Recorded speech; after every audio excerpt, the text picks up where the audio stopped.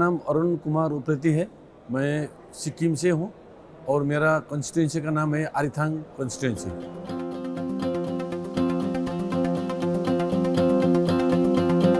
मेरे कॉन्स्टिट्यूंसी में वैसे तो जब से मैं आने से पहले बहुत सारे समस्या था, जैसे रास्ता का और पानी का, सड़क का, ये मूलभूत सुविधा में बहुत सारे कमियां थी।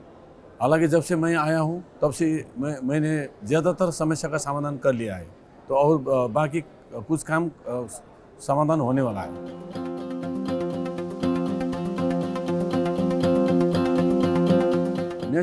नेशनल लेजिस्लेचर कॉन्फ्रेंस जो ये करने जा रहे हैं, मैं उन जो भी आयोग समिति का जो भी सब लोग को मैं बहुत बहुत बधाई और धन्यवाद देना चाहता हूँ कि आप उन लोग को बताने से आज यहाँ पर सारा भारत से विधायक, जितना भी विधायक हो, चाहे अध्यक्षगण हो, सब लोग आज यहाँ पर आके एक दूसरे से मुलाकात करने का समय मिला है। हालांकि ऐसे अभी तक हमने नहीं देखा है और नहीं भी सुना है, तो इसलिए ये भी होगा। और जो भी हमारा एक एक्सचेंज होगा, इसमें कल्चरल होगा या इंटेलेक्चुअल होगा, किस तरह से करना है, और कोई सीनियर होगा जिसके पास एक्सपीरियंस है, तो उन लोग से हम लोग कुछ नॉलेज गेन कर सकते हैं।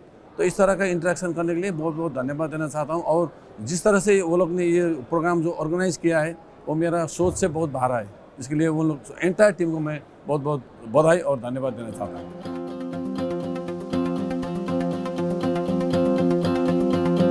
बेस्ट फीचर ये है कि साधारण से साधारण भी पब्लिक को उसका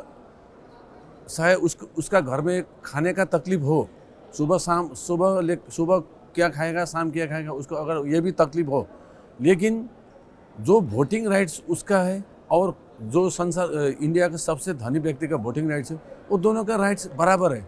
डेमोक्रेसी का सबसे खासियत ये लगता है।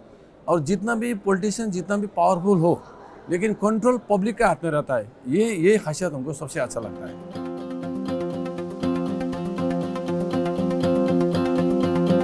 हालांकि मैं पहली बार ही विधायक बना हूँ, तो मैं 2019 का जो जनरल इलेक्शन, उसी टाइम हमारा इलेक्शन, स्टेट का भी इलेक्शन होता है, तो उस टाइम मुझे सौभाग्य प्राप्त हुआ कि पार्टी की तरफ से हमारा जो पार्टी है, रीजनल पार्टी सिक्किम क्रांतिकारी मोर्चा पार्टी, उसकी तरफ से मेरे आरिथांग निर्वाचन क्षेत्र से टिकट प्राप्त हुआ है। तो उसके बाद मैं वहाँ पर विजय बना हूँ।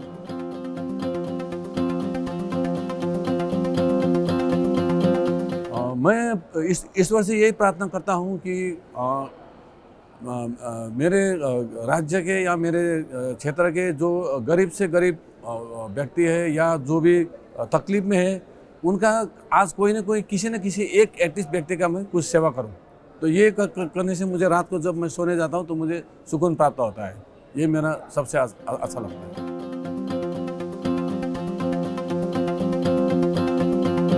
मेरा राजनीतिक आइडियल है हमारा जो सम्माननीय मुख्यमंत्री महोदय श्रीमान PS गोले तामाङ, वो मेरा राजनीतिक आइडियल है, क्योंकि उनका जो सोच है, उनका जो विचार है कि हम लोग राजनीति में जब आते हैं तो नेम और फेम के लिए नहीं आते हैं, हम लोग सेवा के भावना से आते हैं।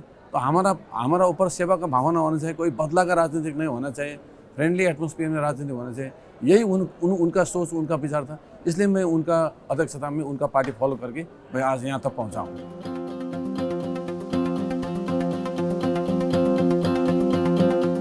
यादगार पल राजनीतिक जीवन में हमेशा एक पॉलिटिशियन को यही यादगार पल रहता है, जिस दिन आप इलेक्शन जीत जाते हो, उस दिन के अच्छा कोई दिन ही नहीं आता है।